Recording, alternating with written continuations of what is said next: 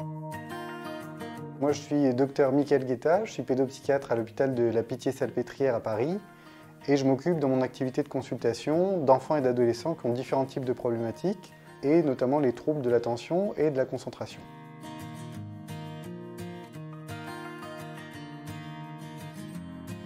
L'attention est une faculté neuropsychologique qui se développe avec l'âge et avec le développement du cerveau. Un enfant à partir de 6 ans peut commencer à se concentrer une vingtaine de minutes jusqu'à atteindre 30 voire 40 minutes vers l'âge de 10 ans.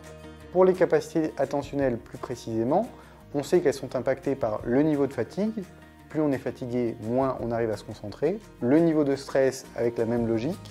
On sait aussi que pour rester concentré, il faut alterner entre des phases de concentration et des phases de libération motrice. Les difficultés d'attention chez les enfants peuvent se présenter de différentes manières. La manière la plus classique, c'est un enfant qui, lorsqu'il commence à être concentré sur une tâche, ne termine pas cette tâche et passe directement à une autre tâche. On a aussi parfois des parents qui nous disent très clairement qu'ils ont l'impression que les enfants ne les écoutent pas du tout, et ça peut être le cas, pas par mauvaise volonté, mais parce qu'ils n'arrivent pas à rester concentrés sur les propos des parents.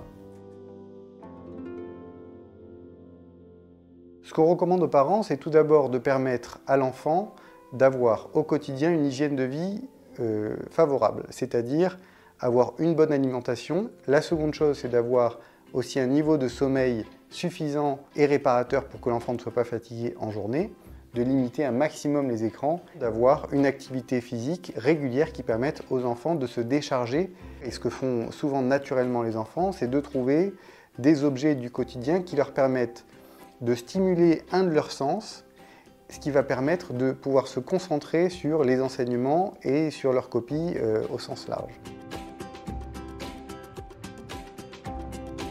Je considère qu'il y a 3 types d'enfants. Le premier type d'enfants, ce sont des enfants qui arrivent à se concentrer quelles que soient les conditions. Vous avez d'un autre côté les enfants qui concernent 10 à 15% de la population générale qui ont un véritable trouble de l'attention, c'est-à-dire que même dans des bonnes conditions, ils n'arrivent pas à se concentrer. Et puis vous avez l'autre partie des enfants qui, à mon sens, concerne la majeure partie des enfants, qui arrivent à se concentrer, mais à un certain prix.